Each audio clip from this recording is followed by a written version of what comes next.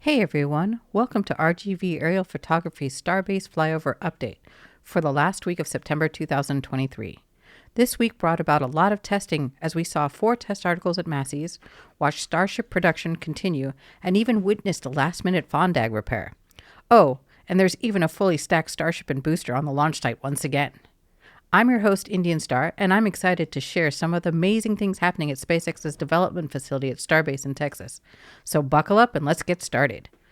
First, we have Massey's structural test site, used by SpaceX to test articles including S-26.1, Ship 27's aft section, the new S-24.2 test article, and the newest E-Dome test tank dubbed by the ring watchers as Test Tank 14, or TT-14, because it is the 14th 9-meter wide test tank we've seen to date.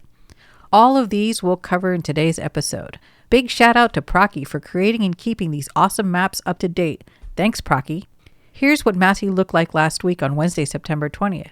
Now check out the difference in just 7 days as we slide over to the photos taken this week on Wednesday, September 27th. Can you spot all the changes? Before we start to discuss the various test articles that arrived at Massey's recently, here we can see Ship 29 sitting atop its cryogenic test stand in Puckshucker, where it underwent 2 cryogenic or cryo verification tests on September 26th and 27th. First cryo test on the 26th is considered cryo conditioning rather than testing, as the stainless steel has to be held at cryogenic temperatures for several hours and then allowed to rest for a while to achieve its maximum strength. The second cryo test on the 27th is most likely the actual test where the tanks are filled right up to their maximum expected in-flight Ullage pressure to make sure that they can withstand the forces and pressures it will be exposed to as it climbs to lower Earth orbit, or LEO. With cryo test complete, Ship 29 is now preparing to roll back. Now let's talk test tanks. The first one we see here is Ship 27's aft section, which was lowered inside the structural test cage, formerly known as the nose cone jail, on the morning of Wednesday, September 27th.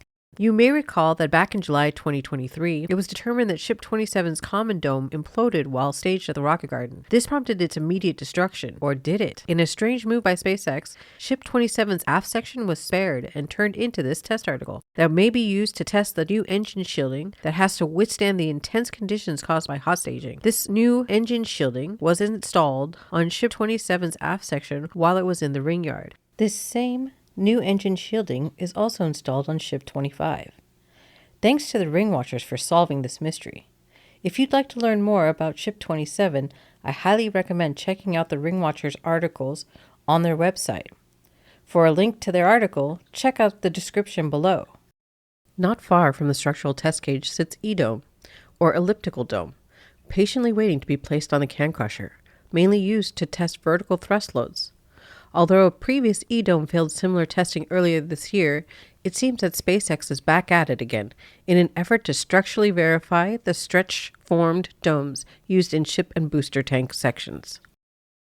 The third test article, known as 26.1, is another ship aft section, and it is located all the way up at the top of Massey's, at the burst pad.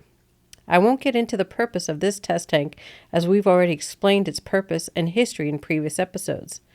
But in these newer images from September 27th, we can see the results of its intentional cryogenic pressure test to failure. That happened last Thursday, September 21st.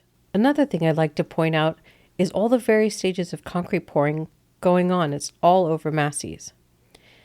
Here, on the very left of Massey's, we can see the concrete and road base now extends well past the tank farm, further than it's ever been in previous weeks. At the top of Massey's, near the water treatment plant, we can see earthwork continues in preparation for what we believe is more foundation and concrete pouring. And in this area over here, we can see the ground has been cleared, possibly in advance of another concrete pour. One thing we can say for sure, SpaceX is serious about their concrete. Meanwhile, in this ground photo, we can see the vertical steel beams being erected in this recently poured section of concrete. The last test article is one not seen in this image as it moved to Massey's late Thursday, September 28th. That's right, I'm referring to the Payload Bay test article, S-24.2, seen here on our very own RGV cam. Since moving to Massey's, S-24.2 patiently waits for its turn in the structural test cage. But we'll talk more about this tank when we get to the build site, so don't go anywhere. Let's move on, shall we? Welcome to the Sanchez site, where we spotted some interesting changes this week. But before we get started, let's review this map of Sanchez to help identify the different areas at the site. Now that you're familiar with Sanchez, here's a photo from the Flyover on Wednesday, September 20th. Now let's compare it with this picture from Wednesday, September 27th. Here on the west side of Sanchez, we can finally see progress being made on the old ground fabrication building relocated from the build site. Taking a closer look at the left rear of the building, we can see that the metal cladding is finally being added to the exterior to begin the weathering in process. Now you may ask, why the long wait? It's quite possible SpaceX had to wait for a supply of new panels to arrive. Despite their best efforts to reconstruct this building using the same materials, they likely weren't able to save the original sheathing and replaced it with metal cladding we see being added here. Just left of the building, we can see another concrete pad being poured. That's a lot of concrete.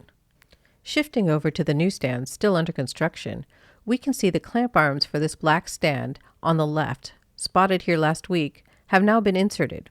It seems that SpaceX is creating two stand styles. As depicted by this black stand, the first stand style has 20 clamps, versus the second stand style depicted by the white stands with just 10 clamps. Why two stand styles?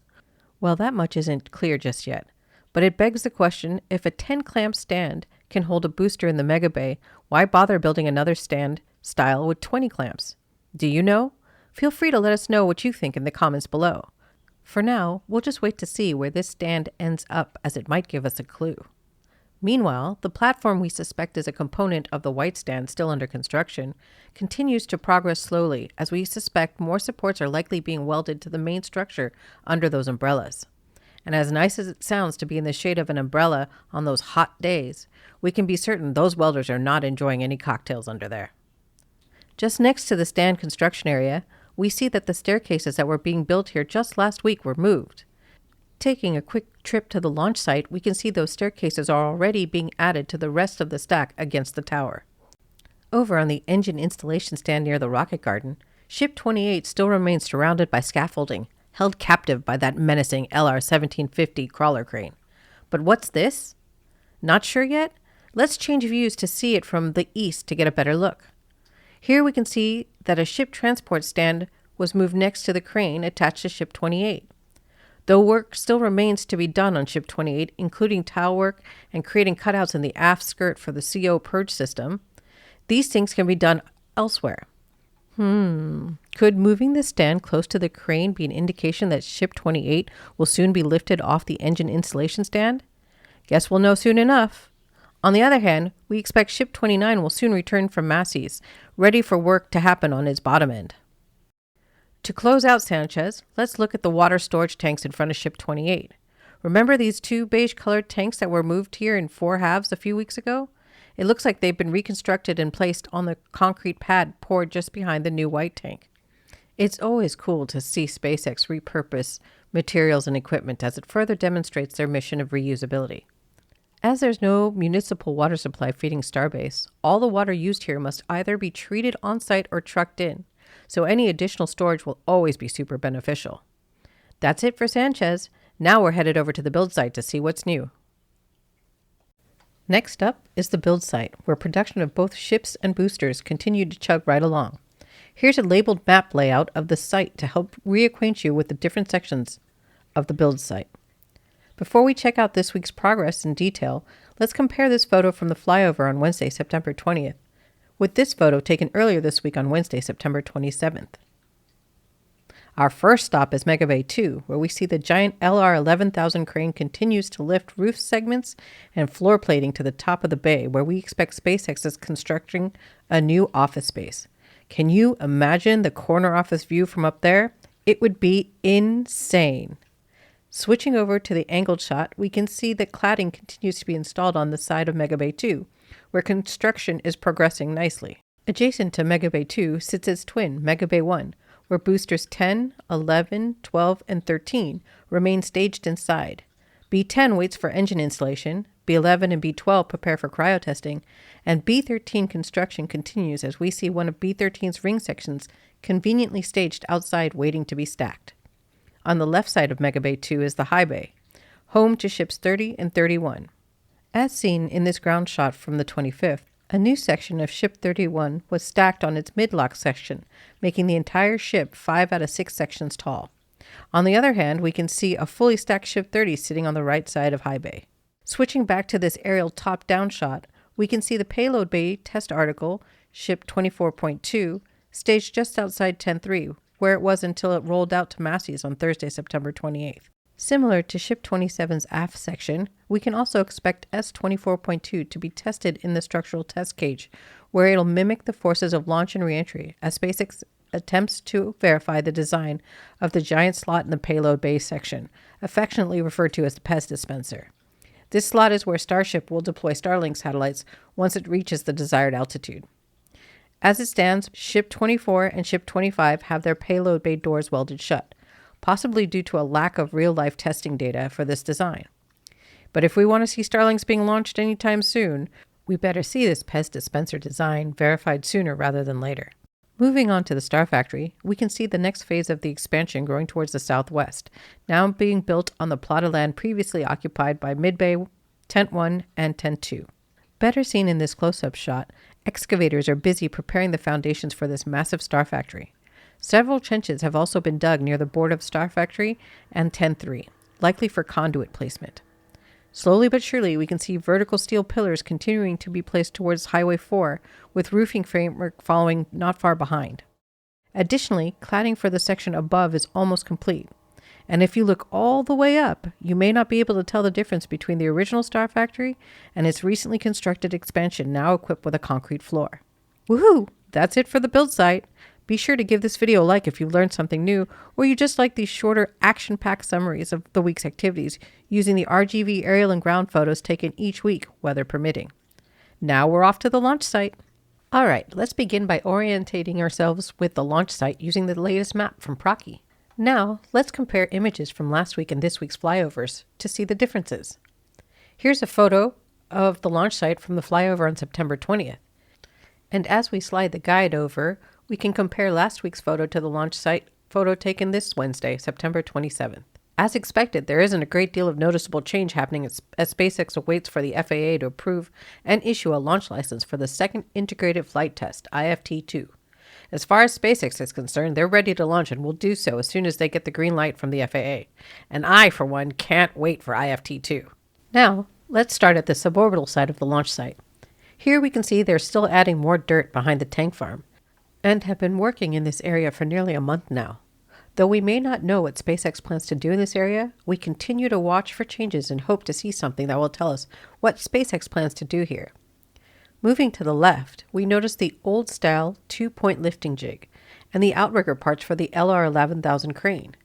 Based on public domain records, SpaceX plans to add Test Stand C to the suborbital side, and we believe the current construction supports building it here. To better understand the two-point lifting rig, let's review these extremely educational renderings made by our friend and creator Chrome Kiwi. These renders illustrate the difference between the old two-point lifting rig style and the new one that we've currently seen lifting Ship 29. Over at the suborbital pad B, Ship 26 is once again hooked up to the crane, allowing workers to access the inside of this ship in preparation for a static fire testing campaign we hope begins soon. We also noticed that Ship 26's transport stand returned to the rocket garden, an indication that Ship 26 is not going anywhere anytime soon. When the time comes, SpaceX can always use Ship 25's transport stand to move Ship 26 ahead of IFT-2. Moving over to the orbital tank farm expansion area, we can see the concrete sections being cut last week have been ripped up and removed. Rebar is being added to prepare for a new foundation pour anticipated to happen at any moment. We speculate that this will be an expansion of the concrete wall built to protect the tanks from possible puncture caused by debris projectiles that can occur when static firing 33 Raptor engines and the like. Now onto the liquid oxygen or LOX side of the orbital tank farm. Here we can see the LOX feed pipes are installed on top of the new subcoolers. They're used to fill the subcoolers with liquid oxygen from the ground storage equipment or GSE storage tanks, and then extracted into a densified form. Also installed are the LN2 or liquid nitrogen feed lines, which allow for the super chilling of the liquid oxygen to make it more dense. At this point, we don't expect these things will be fully installed before the IFT-2 launch, but it all depends on how long it will take for the launch license to actually be issued. Sliding to the south of the complex, we have the water deluge tank farm, where most noticeably we can see all the scaffolding around the piping of the third large water tank was removed. We believe this means that SpaceX has wrapped up the installation work and that the water deluge system is ready for testing. Slightly to the left from here, we can see the CO2 tank, which has been integrated within the cryo infrastructure. We speculate that this hardware will be used to fill the composite overwrap pressure vessels, better known as COPVs, on Booster 9 to assist with the entire engine section purge when the time comes. Now we have a surprise for you. Ship 25 was restacked on top of Booster 9 just before the flyover on Wednesday, September 27th. Take a look at these two time-lapse clips captured with our very own RGV cam. In the first time-lapse, we can see the hot stage ring being lifted by a crane and placed on Booster 9. In the second time-lapse, we can watch as the chopsticks lift Ship 25 up high and place it on top of the hot stage ring. With Ship 25 successfully stacked on top of the hot stage ring and booster, the water deluge system can be tested once again. But unlike previous water deluge tests, this time the test will include the newly installed third large water tank. With a stacked Starship and booster on the launch site, we may see additional cryo testing of each artifact independently as well as concurrently, and we may even see a wet dress rehearsal performed in the very near future. But before we end this section, I want to tell you about those Vanta sections that we saw reported last week. It seems they're now cured. Hopefully this is the last of the concrete work to be done at the pad, at least until IFT-2 launches. Welp, that's it for episode 19. I hope you've enjoyed this week's Starbase Flyover update presented by RGV Aerial Photography. If you're interested in Starbase and want to support our weekly flyovers, please consider subscribing to a tiered membership level on either Patreon or YouTube. Once subscribed, you'll get access to our exclusive flyover gallery, access to the first look at both aerial and ground photos taken the same day, and other really cool perks. We also offer RGV aerial photography merchandise, including shirts, hats, mugs, and various other accessories. There's some really cool designs that make for unique and memorable birthday and Christmas gifts. Simply click the RGV merch link from the description below to get access today. Thank you so much for watching, and I hope you'll join me in the next video as we review Starbase changes captured by RGV Aerial Photography, and wait for the next integrated flight test with bated breath. See you soon!